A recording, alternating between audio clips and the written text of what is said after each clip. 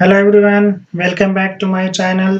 I am Dr. Roshan, myself Dr. Khalis MBBS General Physician Consultant Physician.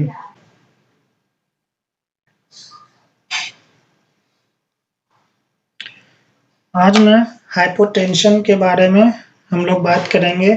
Hypotension means low BP. ये बहुत case देखने को मिला है कि हाइपोटेंशन किसी को हो जाए या लो बीपी हो जाए यानी ब्लड प्रेशर लो हो जाए, तो ये बेसिकली होता क्यों है और हो जाए तो उसमें हमें क्या-क्या करना चाहिए, क्या-क्या प्रिकॉशन लेना है, क्या-क्या प्रिवेंशन लेना है, क्या-क्या ट्रीटमेंट देना है, कौन-कौन से मेडिसिन चलाने होते हैं, तो इस चीज़ को वन बाय वन हम देखेंगे। तो हाइपोटेंशन मीन्स लो बीपी। लो बीपी का मतलब ये होता है कि नॉर्मल ब्लड प्रेशर जो होते हैं, वैल्यूज़ जो होती है 120/80 होता है, ठीक है? तो ये नॉर्मल वैल्यूज़ यानी सिस्टोलिक जो होगा आपका 120 mmHg प्रेशर होना चाहिए और डायस्टोलिक जो होता है वो 80 mmHg होना चाहिए। तो नॉर्मल वैल्यू होती है 120/80।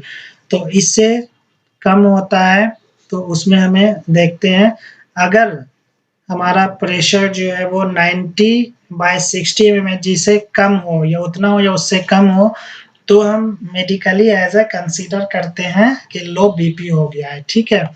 तो अब लो बीपी की वैल्यूज़ हमने देखा, अब उसके बाद देखते हैं ब्लड प्रेशर रीडिंग अपीयर्स इन 2 नंबर्स, जो कि हमने बताया 2 नंबर में होता है ना, 1 यहाँ पे क्या है 90, 90 जो है वो क्या है सिस्टोलिक है और 60 क्या है डायस्टोलिक है, तो 2 नंबर में ये शो हो रहा है। और condition in which blood pressure becomes low, अगर किसी भी कंडीशन में ब्लड प्रेशर लो हो गया नॉन वैल्यू से, तो उसको हम क्या बोलते हैं, लो ब्लड प्रेशर बोलते हैं या हाइपोटेंशन बोलते हैं। सीवियर केसेस में लो ब्लड प्रेशर जो होते हैं वो कभी-कभी लाइफ थ्रेटनिंग हो सकते हैं, ठीक है? बहुत सीवियर हो जाता है तो आदमी की डेथ भी हो सकती है, तो ये बहुत ही डेंजर टाइप की ये चीज़ें हो जाती है। तो अब यहाँ पे हम देख रहे हैं, तो हाइपोटेंशन किस कैटेगरी को बोलेंगे, 90/60 में जी होता है, इससे कम इतना या इससे कम हो जाएगा तो ऐसा कंसीडर करते हैं hypotension. Hypotension means low blood pressure, ठीक है? इसी तरीके से यहाँ पे कुछ डेटा दिया हुआ है, 80/60 होगा तो इससे या इससे कम होता चला जाएगा तो नोज़िया या डिज़ीनेस टाइप का लगेगा। 80/50 हो सकता है तो आदमी जो है फेंट हो जाएगा, फेंटिंग हो जाएगा, एकदम टायर्ड रहेगा। 70/50 mmHg है तो वीक ब्लड विज़न देखने को मिलेगा। 60/45 mmHg है तो स्लीपीनेस, कन्फ्यूज़न देखने को मिलता है। और इससे भी अगर कम है 50/35 अगर आ गया तो कोमा इवन डेथ भी हो सकती है। तो आदमी को रेगुलर जो अगर किसी को शिकायत है हाइपोटेंशन की, तो उसको चाहिए कि रेगुलर अपने बीपी को मेंटेन करे, मेजर करे और अपने को मेंटेन करके रखे। अगर ज़्यादा सीवियर कंडीशन हो रही है यानी अगर वो रैपिडली फॉल कर रहा है बीपी, तो आपको किसी नियर बाय हॉस्पिटल में आपको एडमिट होना पड़ेगा। वहाँ पे सारी चीज़ें होगी, सलाइन चलेगी, इंजेक्शन वगैरह चलता है तो उससे आपको रिकवर होगा, तो इसको बहुत ही ध्यान रखना है। कॉजेज़ क्या-क्या हो सकते हैं, ड्यूरिंग प्रेगनेंसी भी बीपी फॉल होता है, किसी को अगर हार्ट प्रॉब्लम है तो उस टाइम भी बीपी फॉल होने लगता है। उसके बाद एंडोक्राइन प्रॉब्लम है किसी को, जैसे थायराइड हो गया ये सब है तो बीपी फॉल होने लगता है। सम केसेज़ में देखा गया है अगर किसी को डिहाइड्रेशन है, वो डिहाइड्रेटेड रह रहा है, पानी-वानी लिक्विड वगैरह कम ले रहा है, लेने की वजह से डिहाइड्रेशन हो रहा है तो उस कंडीशन में भी बीपी फॉल होने लगता है। अगर ब्लड लॉस हुआ है किसी भी तरीके से, चाहे एनीमिया डिज़ीज़ हो, लाइक एनीमिया डिज़ीज़ तो हो सकता है, उससे इसमें आपको ब्लड ट्रांसफ्यूज़न की ज़रूरत पड़ेगी, इससे भी हो सकता है। जैसे सीवियर इन्फेक्शन हो गया, जैसे सेप्टिसीमिया, ब्लड में इन्फेक्शन हो गया तो बीपी फॉल होने लगता है। सीवियर एलर्जिक रिएक्शन होने लगते हैं तो उससे भी बीपी फॉल होने लगता है, ठीक है? उसका lack of nutrients in your diet, proper diet हम नहीं ले रहे हैं, ठीक है? बैलेंस डाइट नहीं लेने की वजह से भी कभी-कभी देखा गया है बीपी फॉल होने लगता है। प्रोलॉन्ग बेड रेस्ट, अब कोई ऐसे आदमी है जो बहुत दिन तक, बहुत लंबे समय तक बेड पे ही है, बेड रेस्ट है, तो उस केसेस में भी देखा गया है कि बीपी फॉल होने लगता है, ठीक है? उसके बाद low intake of salt in body, और बहुत सारे लोग होते हैं जो नमक शुरू से ही कम खाते हैं, तो नमक के कम खाने की वजह से भी बीपी लो होने लगता है। अब एक्सेस भी न खाने लगे कि बीपी हाई होने लगे, तो एक मॉडरेट अमाउंट में जितना नीड है उतना ही नमक खाना चाहिए। हाँ, उस केस में ज़्यादा खाना, अगर कोई हाइपोटेंशन है, लो बीपी कंडीशन आ गई, तो उस केस में थोड़ा साल्ट को मेंटेन करने के लिए, बीपी मेंटेन करने के लिए साल्ट का इंटेक थोड़ा-सा बढ़ा देने लगता है। एकदम एक लेकिन बढ़ाना है लिमिटेशन में, ऐसा नहीं कि एकदम से बहुत ज़्यादा बढ़ा दिया कि वो हाइपरटेंशन में पहुँच गया, तो उसको ध्यान रखना है। लेकिन जिसको हाइपरटेंशन की शिकायत है उसको तो नमक बिल्कुल, साल्ट बिल्कुल कम से कम खाना चाहिए। ये जिनको लो बीपी है उनके लिए है कि साल्ट का इंटेक थोड़ा बढ़ाना चाहिए, ठीक है? तो लो इंटेक से भी होता है पुअर न्यूट्रिशन, जैसा कि हमने बताया, न्यूट्रिशियस फूड लेना है, डाइट लेना है, प्रॉपर डाइट लेना है, तो उससे मेंटेन रहेगा। माल न्यूट्रिशन से भी लो बीपी हो जाता है, हार्ट प्रॉब्लम उससे भी हो सकती है, और ब्रेडिकार्डिया यानी लो हार्ट रेट, उससे भी बीपी होने लगता है, ठीक है? अब कुछ सिम्पटम्स की हम बात करेंगे, तो डिजीनेस होता है, सिम्पटम्स आपको दिखेगा, थोड़ा चक्कर-चक्कर टाइप का आने लगेगा, थोड़ा नॉज़ेटिक, नोज़िया टाइप का लगेगा, फेंटिंग यानी सिंकोप, ऐसा लगेगा कि चक्कर आके आदमी गिर गया, ये सीवियर कंडीशन में हो जाता है। और ज़्यादा ही फॉल हो गया तो लैक ऑफ कंसंट्रेशन, वो अपने आप को कॉन्संट्रेट नहीं कर पाते हैं किसी भी चीज़ में, ठीक है ना? और ब्लड विज़न आपको धुंधला-धुंधला दिखेगा और आप टायर्ड रहोगे, फैटिग रहोगे, एकदम ऐसा लगेगा थकान-थकान सी फीलिंग्स फ़ील हो रहा है, ठीक है ना? तो अब यहाँ पे वही चीज़ है, कॉज़ सिम्पटम जो हमने ऊपर बताया, तो ये थोड़ा हमने इमेज के फॉर्म में बताने की कोशिश करी है, ये आप देख सकते हो, ठीक है? वन बाय वन चीज़ को देखेंगे। तो अब बात करते हैं इस पे हम, तो ये भी एक ये है कि how to doctor diagnose low blood pressure, तो उसके लिए सारा चीज़ होता है, ईसीजी कराएँगे। पहले तो हमें स्फिगोमेनोमीटर से हम बीपी देखेंगे, main basic diagnose basic diagnose जो होता है वो इसी से पता चल जाता है, बाकी चीज़ें तो बात की है फर्दर। अब आते हैं डायग्नोसिस में, हाइपोटेंशन का किया है तो सबसे पहले वही है, स्फिगोमेनोमीटर से अपने को बीपी चेक करना है। बीपी कितना होना चाहिए? नॉर्मल रेंज क्या है 120/80, ठीक है? तो 90/60 आ रहा है या उससे कम, तो हमें एज़ अ मेडिकली वो कंसीडर करते हैं लो बीपी के लिए, ठीक है? तो अब यहाँ पे देख रहे हैं हाइपोटेंशन ट्रीटमेंट, मेन अब आते हैं ट्रीटमेंट पे, क्योंकि हाइपोटेंशन का मेन ट्रीटमेंट जो है वो मेन क्या है, आपको चीज़ को बैलेंस करना है, ठीक है ना? बॉडी फ्लूइड को बैलेंस करना है और इलेक्ट्रोलाइट को बैलेंस करना है, साल्ट को मेंटेन करना है, तो ये सारा चीज़ है। तो वन बाय वन देखते हैं, पहले होम रेमेडी की बात करेंगे, फिर हमें क्या-क्या मेडिसिन देते हैं लो बीपी में, फिर उसके बाद हेल्दी डाइट क्या-क्या लेना चाहिए, न्यूट्रिशन में हमें क्या-क्या होना चाहिए, है ना? एक्सरसाइज कराना है, योगा कराना है, तो ये सारी चीज़ें हमें देखना है। ये 6 बाय मिस्टेक लिखा गया है, तो इन सारी चीज़ों को देखते हुए हम बात करेंगे। तो सबसे पहले हम आते हैं किस पे, होम रेमेडी। होम रेमेडी क्या-क्या होना चाहिए जिसका ब्लड प्रेशर लो हो गया हो, तो use more salt if low blood pressure, अगर ब्लड प्रेशर आपका कम है तो थोड़ा खाने में ज़्यादा सॉल्ट लो, या आप उसमें नमक में, पानी में नमक मिला के पियो, ठीक है? उससे आपको जल्दी रिकवर हो जाएगा। अब एक मॉडरेट अमाउंट में ही लेना है, वैसा नहीं कि ज़्यादा ले लिए तो हाई बीपी हो गया। मेंटेन करने के लिए कि लो बीपी हुआ है तो नॉर्मल रेंज में आ जाए, ठीक है? तो आप खाने में सॉल्ट का यूज़ करिए, उसके बाद नमक पानी मिक्स करके आप उसको पीजिए, ठीक है? पीजिए तो हो सकता है। Expert usually recommended limiting salt in your diet because sodium can raise blood pressure. तो अब यहाँ पे बोला गया है कि सॉल्ट जो हम लेते हैं, क्यों लेते हैं? क्योंकि सॉल्ट में क्या होता है, सोडियम होता है। सोडियम जो होता है ब्लड प्रेशर को बढ़ाता है, तो जिसका कम है इसलिए उसको रिकमेंड करते हैं कि आप लो। फिर कुछ अदर है, तुलसी हो गया, बीट हो गया, कॉफ़ी हो गया, ये सब चीज़ से ही फ़ौरन बीपी जो होता है वो जिसका कम है वो नॉर्मल रेंज में आ जाता है, ठीक है? तो कॉफ़ी क्या है, जैसे कॉफ़ी तो हर किसी के घर में होता है और नियर बाय आपको किसी भी शॉप में मिल जाएगा, तो वो लाके कॉफ़ी आप बना के वो पी सकते हो।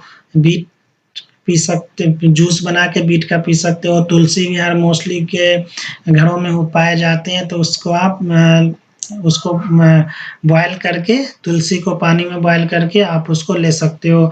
लेमन जूस हुआ, लेमन जूस से भी होता है। कैरोट जूस हुआ, उसके बाद रेसिन्स हो गए, है ना? होली बेसिल हो गए, उसके बाद लिकोराइस रूट हो गया, इन सब चीज़ों से बीपी जो होता है वो जल्दी से रिकवर हो जाता है। उसके बाद होता है बीट रूट लेना है, ORS हो गया, ORS लेना है आपको पानी में मिक्स करके। इलेक्ट्रॉल पाउडर आता है, उसको भी आप वाटर में मिक्स करके ले सकते हैं, ठीक है। उसके बाद अब बात करें सॉल्ट फॉर लो बीपी, तो we can raise low blood pressure by drinking water and eating more salt. बिल्कुल जैसा हमने बताया, पानी में नमक मिला के आपको लेना है और खाने में नमक का इस्तेमाल करना है। लो ब्लड प्रेशर कंसीडर कब करते हैं, 90/60 mg से कम हो तो उसको हम लो ब्लड प्रेशर कंसीडर करते हैं। If low salt is causing low blood pressure then take salt. अगर खाना कम खा रहे हो तो साल्ट कम ले रहे हो खाने वाने में तो उससे हो सकता है तो आपको बढ़ाना है। During pregnancy we can give salt water to patient to increase BP. अब प्रेगनेंसी के दौरान क्या होता है, बहुत सारा मेडिसिन हम दे नहीं सकते हैं। जब हम उसको बहुत सारे मेडिसिन दे नहीं सकते हैं तो उनके लिए यही तरीका है कि सॉल्ट वाटर मिला के आप पानी देना है, उससे बढ़ेगा। लेमन जूस देना है, ठीक है, बीट रूट जूस देना है, जो ऊपर हमने बताया, तो वो सारी चीज को देंगे तो मेंटेन होगा। क्योंकि प्रेगनेंसी के दौरान क्या होता है ना, बहुत सारे मेडिसिन हम अवॉइड करते हैं कि मिसकैरेज हो गया या कुछ ऐसा साइड इफेक्ट हो गया बच्चे में या मदर में, तो वो जाके डिफिकल्टी करती है आगे। तो अब बात कर रहे हैं मेडिसिन, अब कौन कौन सा मेडिसिन लेना है। तो कुछ यहाँ पे मेडिसिन मेंशन किया गया है, जिसमें आता है फ्लूड्रोकोर्टिजोन हम ले सकते हैं। दूसरा हो गया मीडोड्राइन हम ले सकते हैं, कैफीन ले सकते हैं, एरिथ्रोपोइटिन ले सकते हैं, एंडसाइड्स लाइक एस्पिरिन, ठीक है। तो यहाँ पे ये जो है 5 टाइप के मेडिसिन लिखे हैं, लेकिन मोस्टली जो यूज होने वाले मेडिसिन है फ्लूड्रोकोर्टिजोन हम यूज करते हैं और मीडोड्राइन हम यूज करते हैं मेनली, और कैफीन तो कॉफी के फॉर्म में मिलता है। सबसे कम जो है एस्पिरिन जो है बहुत कम यूज होने वाला मेडिसिन है, नहीं देना चाहिए, लिख दिया गया है, बट इसका ये बहुत कम यूज होता है। लेकिन ऊपर से फ्लूड्रोकोर्टिजोन और माइडोड्राइन ये ज्यादा यूज होते हैं, ठीक है। तो 1 बाय 1 देखते हैं। अब फ्लूड्रोकोर्टिजोन की हम बात करेंगे, तो फ्लूड्रोकोर्टिजोन जो होते हैं वो लो ब्लड प्रेशर के लिए होते हैं व्हाइल स्टैंडिंग है। मतलब ये है कि ब्लड प्रेशर कम हो गया, उसको फौरन मेंटेन करने के लिए हम देते हैं। कोर्टी को, ये क्या है, कोर्टिकोस्टेरॉइड है, हेल्प करता है control the amount of sodium and fluids in the body. तो फ्लूड्रोकोर्टिजोन जो होते हैं ये कोर्टिकोस्टेरॉइड है, ये कंट्रोल करता है अमाउंट ऑफ सोडियम और बॉडी के अंदर जो फ्लूइड्स है उसको मेंटेन करता है, ठीक है। उसके बाद बोला गया it is often considering as medication for low blood pressure due to dehydration. अगर किसी को डिहाइड्रेशन की वजह से भी हो रहा है तो हमें क्या देना है, फ्लूड्रोकोर्टिजोन हमें देना है उसको, ठीक है। अब कितने डोज में देना है, क्या देना है, इसी में अभी आगे हम बात करेंगे। उसके बाद this drug boost the blood volume while which helps raise blood pressure, ठीक है। इसमें होता है ये क्या करता है, ब्लड वॉल्यूम को बूस्ट करता है और वो हेल्प करता है ब्लड प्रेशर को बढ़ाने में, ठीक है। तो ये आपको किसी भी ब्रांड में कंपोजिशन आपका यही होना चाहिए, फ्लूड्रोकोर्टिजोन टैबलेट के का ये कंपोजिशन है। अब मार्केट में ये ब्रांड नेम इसका कुछ भी हो सकता है, फ्लोरिकोट के नेम से भी आता है और इधर भी हमने ये दिया हुआ है, ठीक है। अब इसी तरीके से ब्रांड नेम इसका कई सारा है, तो आप देख सकते हैं जो आपके पास नियर बाय मिले वो लेना है, लेकिन कंपोजिशन आपका यही होना चाहिए। तो डोज इसका क्या है, डोज ये 1 टैबलेट ओडी लेना है, ठीक है। 1 टैबलेट इसको हम ओडी देते हैं और ये 100 mg का होता है, ठीक है, 100 mcg का होता है ये, और 1 टैबलेट ओडी देते हैं, ठीक है, ओडी लेना होता है। उसके बाद आता है दूसरा मेडिसिन की बात करेंगे, मीडोड्राइन की हम बात करें तो मीडोड्राइन भी क्या होता है, ये जब लो बीपी होता है तो उसको मेंटेन करने के लिए देते हैं। और यहाँ लिखा हुआ है if it is for people with chronic orthostatic hypotension. अगर किसी को ऑर्थोस्टैटिक हाइपोटेंशन है तो उसमें हम मेनली ये देते हैं, ठीक है। It works by restricting the ability of blood vessels to expand which rise blood pressure. तो जो चीज ऊपर मैकेनिज्म था सेम लगभग उसका यही है। तो मीडोड्राइन ये कंपोजिशन नेम है, और ये ब्रांड नेम जैसे यहाँ पे क्या है, सिप मीडो के नेम से भी आ सकता है। इसका जो आता है 2.5 mg आता है और 5 mg का आता है। तो इनिशियली हम 2.5 mg से देना स्टार्ट करते हैं, ठीक है। ये भी 1 टैबलेट हम ओडी देना है, ठीक है। उसके बाद हम बात कर रहे हैं कैफीन। कैफीन की हम बात करेंगे, ये लो बीपी के लिए होता है। तो कैफीन मेनली कॉफ़ी में पाए जाते हैं, ठीक है। तो जैसा कि हमने बताया, किसी को अगर लो बीपी है तो आप जल्दी से घर में आप उसको कॉफ़ी बना के दे सकते हो और उसको स्वीट्स भी आप दे सकते हो, जैसे स्पंज होते हैं, रसगुल्ला जिसको बोला जाता है, तो उससे मेंटेन होता है, ठीक है। तो कैफ़ीन आप जाके वहाँ से दे सकते हो। उसके बाद हम देख रहे हैं इरिथ्रोपोएटिन। इरिथ्रोपोएटिन मेनली हम उस पेशेंट को देखते हैं जिसका आरबीसी कम हो गया हो और एनीमिया की वजह से बीपी लो हो रहा हो, तो इरिथ्रोपोएटिन हम रिकमेंड करते हैं उसको, ठीक है। तो इरिथ्रोपोएटिन जो बेस्ट चॉइस होता है, increase the RBC and rise the blood pressure. उस पेशेंट में जिसका ब्लड लॉस हुआ हो, एनीमिया हो गया हो और आरबीसी का काउंट कम हो, तो उस पेशेंट को हम देते हैं, ठीक है। उसके बाद यहाँ पे एक चीज़ और देखने को मिल रहा है कि ये सारी चीज़ें तो थी। उसके बाद सबसे मेन चीज़ों में क्या करना है, ट्रीटमेंट डिपेंड्स करता है अपॉन द अंडरलाइंग कॉज, यानी बीपी फॉल जो हो रहा है जिसकी वजह से, जिस कॉज की वजह से, तो उसको हमें सबसे पहले सही करना है। तो यहाँ पे बोला गया है कि if condition is not a medical emergency, अगर नॉर्मल है, थोड़ा कम हुआ है, तो आप जो ऊपर हमने बताया होम रेमेडी, उसको दे के आप ठीक कर सकते हो। और इस तरीके से भी कर सकते हो, जो पेशेंट है, जो भी जिसका भी मतलब बीपी फॉल हो रहा है, तो उसको क्या करना है, नीचे बिठा देना है, सिट डाउन करना है या ले डाउन करना है, ठीक है ना। उसके बाद और क्या करना है, जो जो फीट है उसको हार्ट लेवल से थोड़ा ऊपर लेके जाना है, ठीक है। तो इस तरीके से हम करेंगे तो बीपी उसमें क्या होता है, जो ब्लड होता है लोअर लिम्ब में वो बैक हार्ट की तरफ आने लगता है, तो प्रेशर उससे मेंटेन होता है, ठीक है।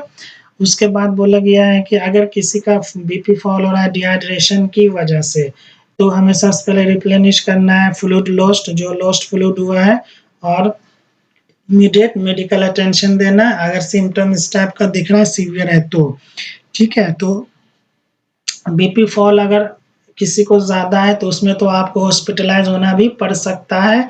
अगर आपका नॉर्मल से जो 90/60 से ज़्यादा धीरे-धीरे और कम होने लग रहा है, तो आपको फ़ौरन नियर बाय जो अच्छे हॉस्पिटल है वहाँ पे आपको एडमिट होना पड़ेगा। फिर वहाँ पे प्रॉपर आईवी के थ्रू आपका इंजेक्शन चलता है, मेडिसिन चलता है, तो आपको रिकवर होगा, ठीक है। तो ये एक समराइज़ फॉर्म में ब्लड प्रेशर, लो ब्लड प्रेशर को बताने की कोशिश करी है। तो इसको जो है आप देख सकते हो, जो मेडिकोज है उनके लिए भी इम्पोर्टेंट है, जो नॉन मेडिकोज है उनके लिए भी इम्पोर्टेंट है। और नियर बाय डॉक्टर से आप ज़रूर कंसल्ट करें, क्योंकि लो बीपी के केस में अगर ज़्यादा फॉल हो रहा है तो आदमी की ज़िंदगी भी जा सकती है। तो इस चीज़ का ध्यान रखते हुए आप जो है नियर बाय डॉक्टर से ज़रूर कंसल्ट करिए, और हमसे अगर कंसल्टेंसी लेना चाहें तो हम भी कंसल्टेंसी प्रोवाइड कराते हैं। हमारा चैनल पे नंबर डला हुआ है, आप वहाँ से हमें कॉन्टेक्ट कर सकते हैं, व्हाट्सएप कर सकते हैं, सारा डिटेल, ठीक है। तो फिर हम आपको कंसल्टेंसी प्रोवाइड करेंगे अपने टाइम के हिसाब से, ठीक है। तो इन चीज़ों का ध्यान रखना है। और लो बीपी बहुत ही खतरनाक टाइप का एक मतलब मेडिसिनल एक जो है डेंजर टाइप का कॉम्प्लिकेशन होते हैं, जो कि इग्नोर जिसको हम नहीं कर सकते हैं, क्योंकि इससे बहुत बड़ा लॉस हो सकता है, आदमी की ज़िंदगी जा सकती है, ठीक है। तो ज़रूर अपने नियर बाय डॉक्टर से कंसल्ट कीजिए और वीडियो को प्लीज़ पूरा देखिए। और जो न्यू व्यूअर्स है प्लीज़ वीडियो को पूरा देखिए और चैनल को सब्सक्राइब कीजिए, और एटलीस्ट एक बार ज़रूर चैनल को विज़िट कीजिए, आपको बहुत काम की चीज़ें वहाँ पे मिलेगी। हमने बहुत काम की चीज़ें डाली हुई है, जो नॉन मेडिकोज है उनके लिए भी, और जो मेडिकोज है उनके लिए, तो ये डेली लाइफ से रिलेटेड चीज़ों को हमने डाला हुआ है। तो आप देखिए। Thank you for now. Okay, thank you so much.